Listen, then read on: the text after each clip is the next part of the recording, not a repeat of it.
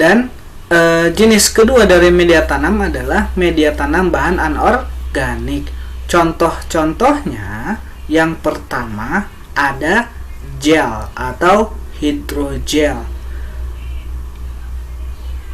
yang merupakan polimer yang biasa digunakan sebagai pengganti tanah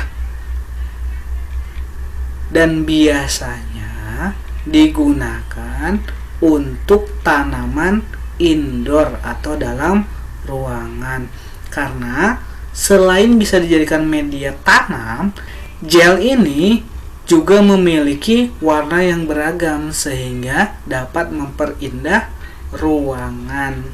Yang kedua ada pasir.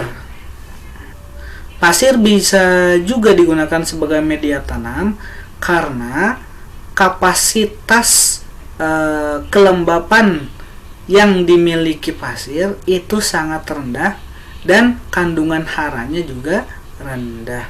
Pasir cukup baik dijadikan sebagai media tanam karena dapat menciptakan kondisi aerasi yang baik. Pasir yang bisa kita gunakan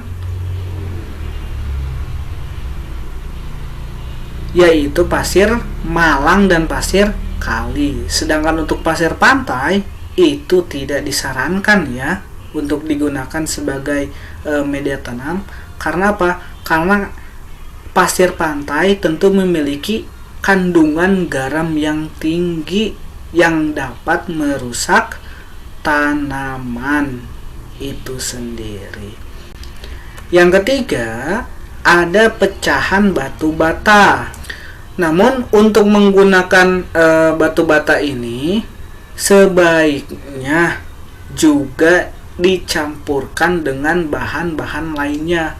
Karena apa? Karena untuk memenuhi kebutuhan hara tanaman itu sendiri.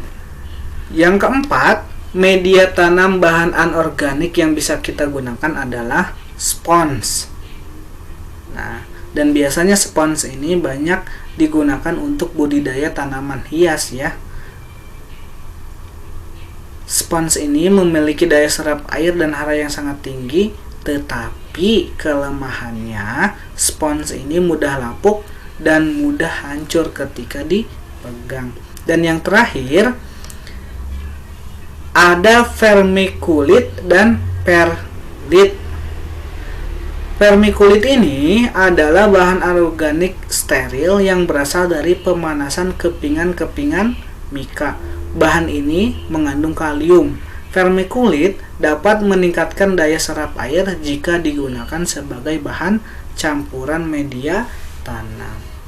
Walaupun agak asing mungkin ya bagi kita, tapi vermiculit dan perlit ini juga merupakan salah satu media tanam yang bisa digunakan untuk budidaya tanaman. Selanjutnya, selain bahan, sarana produksi yang kita perlukan untuk budidaya tanaman sayuran adalah alat. Alat ini digunakan untuk mempermudah proses selama kegiatan budidaya berlangsung.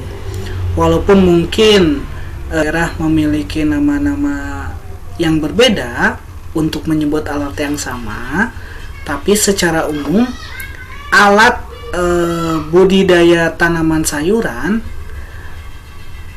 terbagi menjadi ke dalam dua jenis atau kategori. Yang pertama ada alat pengolahan tanah, contohnya seperti garpu, skop, dan cangkul. Yang kedua ada alat pemeliharaan tanaman, contohnya ada gembor, ada kored, dan ada sprayer. Untuk fungsinya sendiri, garpu, skop, dan cangkul secara umum digunakan tadi untuk mengolah tanah ya, mempersiapkan lahan dan sebagainya. Sedangkan untuk pemeliharaan tanaman, seperti yang kita ketahui bersama, kalau sprayer itu digunakan untuk menyiram tanaman, kalau koret untuk menyiangi tanaman, artinya membersihkan tanaman dari tanaman liar yang tidak diinginkan. Dan untuk gembor sendiri biasanya digunakan untuk menyemprotkan pestisida, atau bisa juga digunakan untuk menyemprotkan pupuk cair.